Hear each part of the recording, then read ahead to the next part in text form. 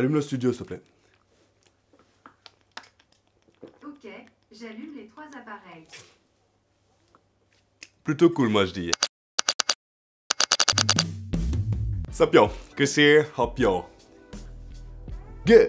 En matière de confort et de tech à la maison, on a tous ce fantasme un peu Tony Starkien du milliardaire super cool avec une maison pleine d'objets connectés qui communiquent de façon totalement naturelle les uns avec les autres. Mais ce type de technologie, de maison connectée, de maison intelligente, est-ce que ça nous sert vraiment à quelque chose dans la vie de tous les jours? Est-ce qu'on en a vraiment besoin? Je me suis dit que ce serait cool qu'on en parle et je crois que les copains de Canalbox ont une idée assez arrêtée déjà sur la question. C'est pour ça qu'ils m'ont fait parvenir, comme je vous l'avais annoncé d'ailleurs récemment, leur pack maison connectée que voici. Je vous en parle dans un petit instant, ne vous inquiétez pas. Canalbox, vous connaissez. Si vous ne connaissez pas, c'est un opérateur internet et téléphonique qui opère sur Martinique, Guadeloupe et Guyane, avec notamment un réseau fibre qui, sur les zones qui sont déjà reliées, dont le Gros Morne, machallah, est juste extraordinaire. Débit excellent, service excellent, leur box Wi-Fi du moment, la box Wi-Fi 6 que j'utilise. J'ai fait une vidéo à ce propos, c'est quelque part en haut, n'hésitez pas à aller voir. Si vous envisagez de changer de fournisseur d'accès à Internet, n'hésitez pas, je vous ai mis toutes les informations en barre de description. Allez-y, cliquez sur le lien, prenez les informations, ils sauront que vous venez de ma part. Voilà. Effectivement, pour en venir au sujet qui nous intéresse, Canalbox m'a envoyé son pack maison connectée pour que je puisse leur dire et vous dire à vous devant votre petit écran, ou grand écran d'ailleurs, vous faites ce que vous voulez, que je puisse vous dire ce que j'en pense. Et spoiler alerte, j'aime beaucoup. Et je pense que d'ici la fin de cette vidéo, vous pourriez être du même avis que moi. Si vous suivez un peu la tech, vous n'avez même pas vraiment besoin de suivre la tech pour vous en rendre compte. La domotique, les maisons connectées, les objets connectés ont fait un énorme bond depuis de nombreuses années. Un bond technologique, premièrement, mais aussi un bond en matière de démocratisation. Que ce soit notre télé, un robot mixeur, notre clim ou un aspirateur automatique, on a de plus en plus d'objets capables de communiquer, de recevoir et d'émettre des informations à d'autres appareils comme notre smartphone par exemple. Et c'est carrément normal à mon avis parce que c'est le sens dans lequel évolue la tech en ce moment. Vous voyez, le rapport à l'utilisation des nouvelles technologies dans la vie des gens est en train d'évoluer. La tech travaille beaucoup à rendre les choses plus simples, plus agréables, rendre les expériences plus appréciables. Parce que oui, avec le temps, nos interactions avec de plus en plus d'objets de notre vie courante deviennent sans fil, sans contact et de mieux en mieux intégrés dans nos vies. Les objets qui nous entourent sont de plus en plus connectés et de plus en plus intelligents. Et en tant que société, nous apprenons de plus en plus à faire confiance à ces objets pour la réalisation de tâches simples, basiques. Ou moins basiques quelquefois. Je vous donne un exemple. Dans ma voiture, et c'est peut-être votre cas aussi, je me suis rendu compte qu'un certain nombre de tâches que je réalisais par le passé, que je les délègue aujourd'hui à ma voiture et à la série d'ordinateurs qui est à l'intérieur. Changement de vitesse, déclenchement des essuie-glaces, passage des feux de route aux feux de croisement, verrouillage des portes, et j'en passe et des meilleurs, j'ai plus vraiment besoin d'agir directement sur ces choses-là dans mon véhicule. On n'a plus vraiment besoin d'être autant engagé dans ces petites choses et on n'a plus non plus besoin d'être la force qui va actionner le début d'une de ces actions. Cette phrase était très aléatoire, mais je la laisse au montage parce qu'on est authentique. Ce niveau de confort est vraiment appréciable et petit à petit, on commence à en prendre l'habitude et à le vouloir dans tous les aspects de notre vie. Et c'est exactement ce qui est recherché avec ce pack connecté, ma maison Canalbox, ce niveau de confort.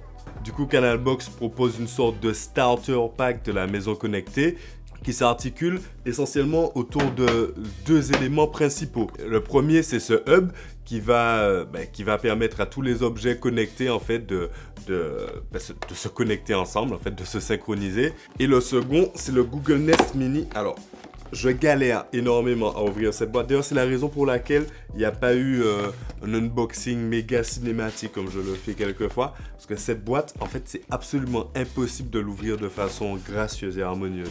C'est juste, c'est une galère. Voilà. Donc voilà, le Google Nest Mini qui est un autre élément vraiment clé de ce pack, qui lui va notamment servir à intégrer les interactions par la voix du coup, parce que le hub et aucun autre dispositif du système ne permettait d'interagir par la voix, et puis ça permettra également d'intégrer votre maison connectée au système Google Home. Alors non, j'ai pas ouvert la boîte parce que techniquement la boîte elle est vide, voilà. Parce que le Nest Mini, comme à peu près tout ce qui est dans le pack connecté, est déjà connecté en ce moment. Mais là tout de suite, vous aurez de magnifiques plans de coupe que j'ai pris plaisir à réaliser, voilà, éclairage aux petits oignons, voilà. N'hésitez pas à me dire ce que vous en pensez aux commentaires d'ailleurs de mes plans de coupe. J'essaie toujours de vous faire des choses assez jolies, assez sympas. J'aimerais savoir si ça vous fait kiffer autant que moi. À côté de tout ça, il y a le détecteur de mouvement qui est plutôt intéressant. Alors, je l'ai là pour le coup, il est tout prêt, tout petit, mais il fonctionne fichtrement bien. Selon le type de programmation qu'on fait, il va servir à déclencher un certain nombre d'actions. Mais je vous ai dit ça, je vous en parle d'un petit moment. On a aussi dans ce pack une prise connectée et une ampoule connectée, les deux de marque LED Vance, vraiment pas mal, hein, bien fini. D'ailleurs cette ampoule bicolore, elle est bicolore et dimmable en plus, plutôt bonne qualité en réalité, et d'ailleurs l'ampoule ressemble beaucoup à n'importe quelle ampoule E27 moderne. On ne se rendra pas nécessairement compte que c'est une ampoule connectée que vous avez. Parce que j'aime à croire que la discrétion c'est un peu le nouveau luxe en fait. C'est mon opinion. Ça a l'air de faire beaucoup, mais c'est assez facile à setup en réalité, parce que l'un des autres éléments clés de ce pack, c'est l'application Ma Maison Canal Box, qui elle également est plutôt simple d'utilisation, qui est relativement ergonomique, facile à prendre en main. Il n'y a pas besoin d'être particulièrement jeune ou un aficionado de la tech pour comprendre comment ça fonctionne. C'est vraiment relativement simple et c'est généralement très bien expliqué. Et je ne suis pas fan de notices, mais pour le coup, dans le pack, il y a une notice qui est vraiment simple, très claire. N'hésitez pas à la lire, hein. Elle est vraiment pas longue. Enfin, vous vous y retrouverez assez rapidement. D'ailleurs, ça vous parle des scénarios, mais je vais revenir sur les scénarios dans un petit moment. Vous avez une petite illustration des scénarios. Gardez-la, vraiment pour le coup, gardez-la cette notice. Dès que c'était le starter pack, effectivement, c'est un starter pack dans la mesure où ces produits, ce sont des produits que vous pouvez trouver dans le commerce. Vous pouvez ajouter en fait à votre pack maison connectée avec des produits que vous trouvez dans le commerce.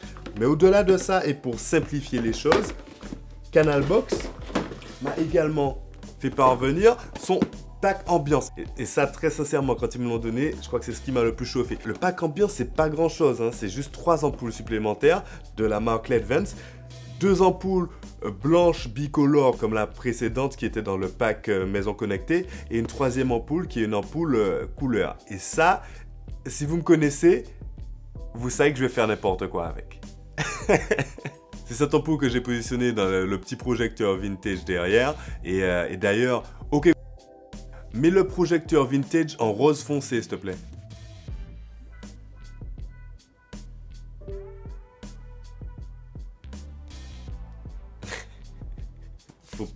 Faut pas mettre des trucs comme ça entre mes mains.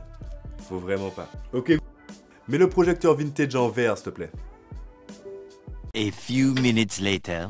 Parmi les autres objets connectés que vous pouvez rajouter à votre maison Canalbox, pas mal de produits en fait sont compatibles. Il y a toute une liste sur le site internet. Je vais vous mettre le lien également d'ailleurs dans la barre de description. Mais il y a pas mal de produits de grandes marques d'ailleurs que vous trouverez assez facilement. Philips Hue notamment pour les ampoules, D-Link, également Sonos pour des haut-parleurs, TP-Link, enfin pas mal de choses en réalité. Vous aurez également d'autres types de détecteurs de mouvement, des détecteurs d'ouverture de porte, enfin beaucoup de choses, vraiment. Alors l'appli Ma Maison Canalbox est super simple en réalité. Vous allez pouvoir retrouver chacun des objets connectés, les gérer, c'est-à-dire les allumer, les éteindre, changer la couleur, sur ce pourquoi on peut changer de couleur, augmenter ou baisser l'intensité, mais également les regrouper dans des pièces ou créer des scénarios. Et les scénarios, c'est vraiment l'essence de l'utilité de la maison connectée, de la maison Canalbox. C'est ce qui va vous permettre de créer en fait une suite d'actions qui va se produire par rapport à un déclencheur. Ça paraît un petit peu barbare là tout de suite, mais de façon très concrète, Le fait qu'une lumière et que tout ce qui est connecté sur une autre prise électrique s'allume une fois que vous êtes passé devant le détecteur de mouvement, c'est un scénario en fait. Et en l'occurrence, ce serait le scénario éclairage automatique. Les scénarios préexistants, il y en a pas mal et c'est vraiment la base du fonctionnement de l'application Ma Maison Canalbox. Parmi les scénarios vraiment utiles que je trouve vraiment sympa, il y a le scénario éclairage automatique. C'est un scénario qui permet, en utilisant le détecteur de mouvement, que quand quelqu'un passe, que les lumières s'allument, que ce qu'il y a sur une prise connectée s'allume. C'est vraiment sympa, plutôt utile et c'est ce que j'ai utilisé le plus. Alors là, vous voyez que j'ai mis les lumières un petit peu partout ici et c'est surtout pour vous montrer, mais en réalité, je les avais dispersées un peu partout. J'ai fait plein de configurations différentes juste pour pouvoir vraiment tester ce qu'on pouvait faire avec cette application et c'est vraiment cool. Les scénarios, j'ai pris un pied pas possible avec. Il y a des scénarios automatiques, donc comme celui que je viens de vous mentionner, qui est déclenché par un détecteur de mouvement. Il y a aussi des scénarios qu'on déclenche manuellement, notamment un scénario qui s'appelle Je rentre. Alors je rentre et je m'en vais, c'est le même scénario à l'envers. Le scénario Je rentre, on ouvre l'application, on active le scénario Je rentre et là du coup toute la séquence d'action qu'on a décidé de programmer pour ce scénario se déclenche. On peut décider qu'une fois qu'on aura activé le scénario Je rentre, toutes les lumières s'allumeront maintenant ou peut-être dans 2 ou 3 minutes parce qu'il y a la possibilité du coup d'avoir un petit différé sur les scénarios. On a la possibilité de lancer un scénario pour que les effets ne se produisent que dans 1, 2, 3, 5 minutes selon l'utilité. Pareil pour le scénario Je m'en vais, c'est un petit peu la même chose. On a la possibilité du coup quand on part de déclencher le scénario Je m'en vais et puis dans 2, 3, 5, 10 minutes, tout s'éteindra. C'est relativement utile, c'est vraiment pas mal. Après, comme je vous le disais, il y a des scénarios déjà préexistants et puis des scénarios qu'on peut créer. Alors dans les scénarios préexistants, tous les scénarios sont pas hyper. Alors il y a un scénario simulateur de présence. Alors c'est quelque chose que j'ai jamais trouvé intéressant. J'ai jamais vraiment été fan de ce type de truc. Ça existe d'ailleurs sur plein de choses. Le principe du simulateur de présence, hein, c'est quand vous n'êtes pas là, vous programmez le simulateur de présence et le simulateur de présence en fait va simuler votre présence en allumant et en éteignant de façon relativement aléatoire des lumières. Je trouve pas ça super utile. En gros, le but de ça, c'est de faire croire à quelqu'un qui vous espionnerait potentiellement que vous êtes là, même si vous n'y êtes pas. Voilà, je sais pas si ça a une vraie utilité. La réalité de la chose, c'est que ça provoque une vraie consommation inutile d'énergie, d'électricité. C'est pas forcément le but, pas ça vraiment utile. Enfin, ça existe. Si c'est quelque chose que vous utilisez, ça existe, c'est programmable. Il y a la possibilité de le programmer à des heures particulières. Donc, vous pouvez programmer sur l'application que le simulateur de présence se déclenche, par exemple, entre minuit et 5 heures du matin, du lundi au vendredi. C'est totalement faisable et c'est ce qui est plutôt cool avec cette application. Je l'évoquais un peu plus tôt, mais on peut créer des scénarios, vraiment programmer des scénarios en choisissant quel objet connecté va se déclencher à quel moment, que ce soit une caméra ou une lampe ou quoi que ce soit, et ce que cet objet fera à quel moment précisément. C'est très intuitif et il n'y a pas besoin de notion en programmation quelconque pour pouvoir réaliser ce type d'action. C'est ce qui est vraiment extraordinaire, c'est qu'on a la possibilité de créer ce genre de petite automation de façon hyper user-friendly en fait en réalité. Et c'est cool parce que c'est accessible. Appuyer sur un interrupteur ou brancher, débrancher un appareil sur une prise électrique, ça peut paraître totalement anodin et ne pas vouloir le faire, entre guillemets, peut être totalement superficiel. Mais on est vraiment sur une notion de confort en fait. C'est pas qu'il ne soit pas possible d'appuyer sur l'interrupteur, mais je l'évoquais il y a quelques minutes dans cette vidéo, c'est la direction dans laquelle se dirige la tech. Et ce n'est pas totalement déconnant d'imaginer que dans quelques années, on aura de moins en moins d'interrupteurs et on aura de moins en moins de choses qui seront contrôlées à la main comme ça directement et de plus en plus de choses qui seront contrôlées de façon intelligente ou contrôlées à distance. Au-delà même du confort, il y a une autre dimension que je n'ai pas énormément évoquée, mais qui est pourtant bien réelle, c'est la dimension économie d'énergie. Parce que oui, vous avez la possibilité de contrôler vos objets à distance. Vous pouvez facilement imaginer une situation où vous quittez la maison le matin, vous partez au boulot, vous prenez la route 10-15 km et soudainement un éclair de génie, vous vous rendez compte. Alors vous, oui, je vous vois aujourd'hui, parce que vous m'avez l'air particulièrement élégant, messieurs, dames, qui regardez cette vidéo. N'hésitez pas à liker la vidéo et vous abonner, parce qu'on est entre personnes élégantes ici, sur cette chaîne. Bref, aparté terminé. Imaginez que vous êtes sur la route. Imagine, voilà, je te tutoie, c'est pas grave. Imagine que tu es sur la route, tu as fait 10, 15, 20 km et tu te rends compte soudainement que tu as probablement laissé la lumière du salon allumée. Il y avait deux solutions jusqu'ici, ça aurait été de faire demi-tour, de te retaper 15 km, probablement être en retard pour aller éteindre la lumière, éteindre la télé, enfin éteindre ce que tu avais laissé allumé à la maison. Et la seconde solution, qui est probablement celle que la plupart des individus normaux auraient adopté, c'est se dire bon ben tant pis, je l'éteindrai en rentrant.